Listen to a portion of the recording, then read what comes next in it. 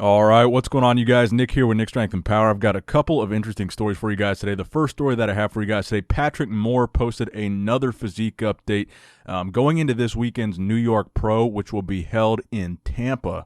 And Patrick looks to be in pretty insane shape. I mean, the separation and vascularity in his arm really shows that he's not messing around for this New York Pro prep. And we also know that Patrick is competing not only in New York Pro, but at the next show, the Cali Pro, which apparently is being held in Las Vegas. I actually didn't realize that they had moved the Cali Pro to Las Vegas. I knew they moved New York to Tampa, but I think this will be interesting because I think the Cali Pro is going to be kind of a test run of what the Olympia could look like, since the Olympia is also held in Vegas. So I think that's a good thing that Cali will be held in Vegas, because then they can get kind of an idea of how to operate the bodybuilding show and the fans and all that stuff with the Cali, and kind of get like a dry run before they do the Olympia. So I think that's a good thing. And we're going to see Patrick at both. I think at this point, Patrick has to be a favorite for the New York Pro, and certainly for the Cali Pro. In my opinion, I think he's probably going to be top 3 in New York. It's going to be a tough show to say he's going to win that show, but I think Cali, the fact that he's doing both, I think we're definitely going to see Patrick at the Olympia. Whether it be on points or by winning a show, I could see him probably winning the Cali Pro again. I believe that's the first pro show he ever won as a pro.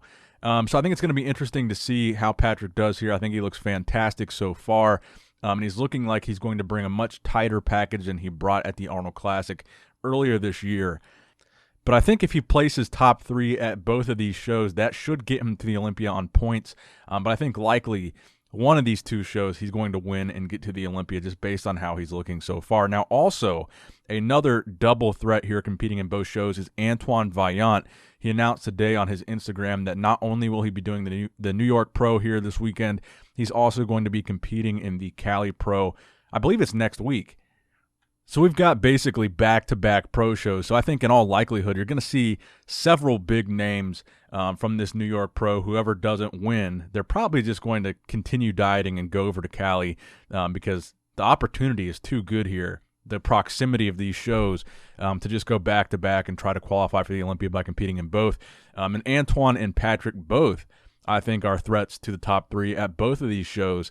I think it'd be cool to see Antoine on the Olympia stage, and maybe he'll qualify on points as well.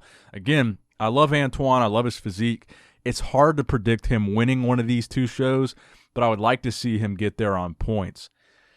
So definitely excited to see where these two guys land. Another guy competing at the New York Pro is Hassan Mustafa, and I saw a lot of people comment my New York Pro prediction video saying that they felt Hassan was a threat to win the show.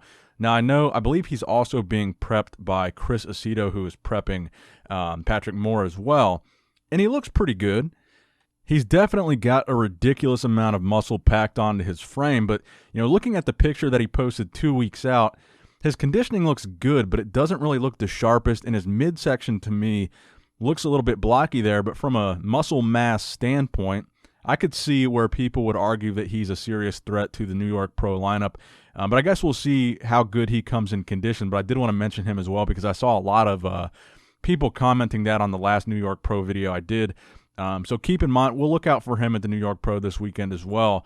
I think he's going to do pretty well there, but I think it's going to come down to conditioning just based on this 2 weeks out photo that he posted. But we'll see what happens. Now, next up in the news, Dwayne "The Rock" Johnson put out a post on his Instagram page announcing basically that he's human, and he wound up actually catching corona. So The Rock is actually one of the highest profile people that I've seen so far make the announcement that they've actually contracted the virus. Now, he goes on to say that also his family, his wife and his daughters, also contracted the virus. Now, he says that he got it from some close family friends, and that during this whole lockdown phase, he's been practicing, very safe isolation, staying at home, mask wearing, and he talks about the importance of wearing a mask. And he says that actually him and his wife had a pretty rough go with the virus, and his daughters were fine, but he just goes on to talk about the importance of staying fit and staying healthy, wearing a mask and all that good stuff. So I'm glad to see that it looks like at this point The Rock has recovered from this, and that he used it as an opportunity to put out a positive message, which is about what you would expect from The Rock. So definitely well wishes going towards The Rock and his family, and glad to see that it looks like at this point they have made a recovery. Now, also in bodybuilding news, Sergio Oliva Jr. So he posted this video curling where he looks to be in really good shape, and it presented the possibility, I think, that he might be competing again before the Olympia. I think he said before that he wants to compete at the Olympia. Right now, based on his point standings, he's not qualified for the Olympia. So he would have to compete again between now and the Olympia, and those opportunities are dwindling. I haven't heard anything about him competing in New York or Cali. He's not on the list for New York. Maybe Cali, I don't really know. Cali is, I believe he still lives in California. But you've also got Spain and Chicago a little further down the line. And while he looks to be in good shape, he looks to be a little bit further out than just a week or two from a show. So I've become a big Sergio fan over the past year or so, seeing the package that he put together for the Arnold Classic, and I would love to see Sergio on the Olympia stage this year, so hopefully we see him compete between now and then and qualify for the 2020 Mr. Olympia competition. Now, next up in the news, someone tagged me in this on Instagram. I guess they took a screenshot from a Lee Priest live stream that he did on his Instagram page there, and they say that Lee Priest said in that live stream during this bicep shot that Lee also said at the biggest his arms were 24 inches, and they're now still currently 21 inches. And he's in his late 40s, so that's pretty impressive. And apparently he also confirmed during that live stream that he once curled 315 for 4 reps. And they say, much love, man. Can't wait for the video. So I wanted to include that in the video, and that is from Lee Priest fans Instagram page. So I wanted to make sure I included that. I thought it was cool. I think me and Lee are going to collaborate on something in the future. So give this video a thumbs up if you want to see a Nick Strength and Power Lee Priest collab sometime in the near future. Now, next up in the news, former NFL player James Harrison, who in the past has responded to Larry Wheels' strict curl and challenged Larry Wheels with a 200-plus pound strict curl right out of the gate, recently posted a video training for the strict curl, doing some very heavy barbell curls with a regular straight barbell, 45-pound barbell, 45 and a 10 on each side. So we're looking at 155 for reps here with pretty strict form. Pretty impressive, and I think he's actually got a shot at the strict curl world record based on what we saw from him with that 200-pound strict curl as quickly as he was able to get that. And based on this training video we're seeing here, I think it'd be cool to see him compete. Hopefully there's like some kind of big strict curl competition live stream or something coming up here soon where we're going to have some people take a crack at that title before the year is up. Now, the final story that I have for you guys today, Brandon Curry, your current defending 2019 Mr. Olympia champion, is in full preparation mode for the 2020 Mr. Olympia. Now, Brandon posted another training video. Like I said, it's about that time of year where we start seeing the crazy physique updates from Brandon. He does this pretty much every year. But I really like the caption on the video that he put up here. He says, I don't want to silence my critics. I don't want to rub victory or success in their faces and tell them that they were wrong. What good does that do? I would rather win them over. That is greatness in my eyes. So a true champion mentality from Brandon Curry, and he shows off a bicep shot towards the end of that video. Of course, arms are one of Brandon's strong suits. Now, also a fan tagged me in this recent, they claim it's a recent picture where they just met Brandon Curry at the gym.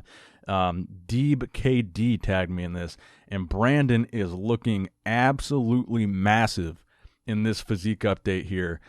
I mean, dude, he's going to give Phil a run for his money. I'm telling you guys, do not count Brandon Curry out. He's the reigning defending Mr. Olympia champ, and like I said, a lot of people have already handed the victory to Phil, and I don't know, I think he's going to give Phil a real run for his money. Brandon has proven historically that he is the king of radical physique transformations, and I think we're going to see the best version of Brandon Curry that we've ever seen on this year's Olympia stage. And I think people are going to be surprised with some of the call-outs against Phil, where Brandon looks really good. Brandon has a very small waist and a very wide upper body. Phil has a more narrow upper body, narrow shoulders, narrow clavicles, and a much larger waist than Brandon. So in those comparison shots where a V-taper matters and the small waist to width ratio matters, you're going to see Brandon really stand out. But let me know what you guys think in the comment section below, your 2020 Mr. Olympia predictions. That's going to wrap it up for the video today, guys. I hope you did, in fact, enjoy it. Please give it a thumbs up if you did enjoy it. Please subscribe to this channel if you have not subscribed yet already. I love you guys. I appreciate you guys. And as always, Nick Strength and Power signing out.